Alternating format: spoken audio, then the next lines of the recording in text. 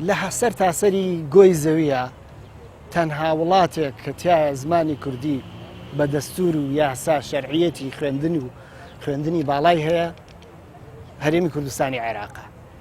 یعنی تەسەور ما هەموو کوردێ هەموو زمان زانێکی کورد چاوی لەوەیە کە لەم هەرێمی کوردستانەوە زمانی کوردی ئەدەبیاتی کوردی کولتوری کوردی لێرە گەشەی ڕاستەقینە بکە، لێرە لێکۆڵینەوەی زانستی زیاتری لەسەر بکرێت، لێرە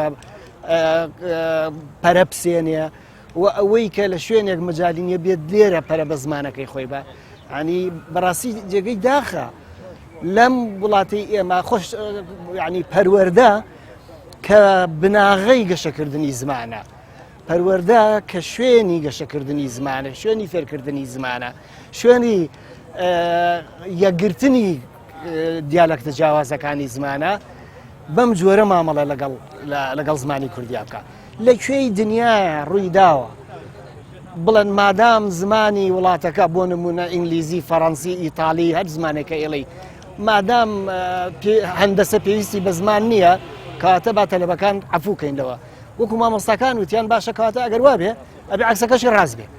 ئەوەی کە ئەچێ لە بەشە زانستە مرۆڤایەتیەکانە خوێنێت چ پێویستی بە بیرکاریە، چ پێویستی بە فیزیایە، چ پێویستی بە نازانم کیمیایە، زیندەوەرزانیە. با ئەوانیش بۆیان هەبێ بڵن کاکە ئیمتیحانی ئەمانە ناکەین. ئەگەر وابێ کەواتە چیمان کردێمە؟ خۆی خوێندنی تا ئامادەیی بۆ چی کراوە؟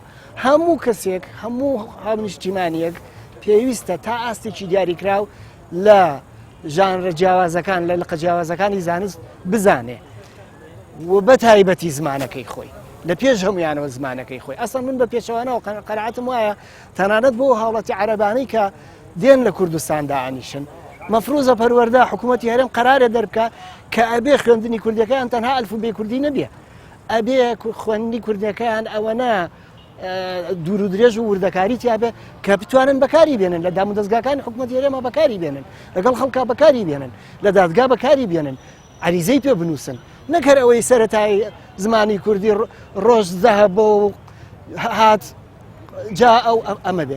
یعنی بە پێچەوانەی ئەم بڕیارەوە مەفروزە وەزارەتەکانی ئێمە حکوومەتی ئێمە ئەوەندە گرنگی بە زمانی کوردی کار کەسێ لە وڵاتەژی مەفروزە بەشی ئەوەی کە هەموو کاروبارێکی یاسایی و حیاتی خۆی پێڕایکە بیزانە، نەک ئەوەی تەنانەت ئەوەی کە خاوەنی زمانەکەشە وای لێ بکە.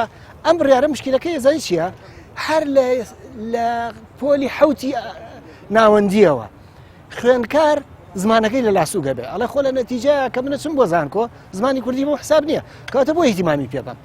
ئەمە ینی هەتا ئەو کەسانەی کە ئەم بڕیاریان داناوە ئەگەر گومانیان لێ نەکەین با گومانیان لێ نەکەین بڵین مەبەستیان بۆ یارمەتی هەندێک خوێندکار بن کە لە بەشە عیلمیەکە زیرەکن و لە بەشە ئەدەبیەکە زۆر باش نین، ئەبێ بیر لە نەتیجەی بڕیارەکان کە نەتیجەی بڕیارەکان ئەوەیە زمانی کوردی لە ئامادەیەکانە سووک ئەبێ بەمەغۆ تەلەبە ئیحتیمامی پێنایە چونکە دوجار ئەڵە من بۆ چوونە زانکۆ پێویستم پێ نیە.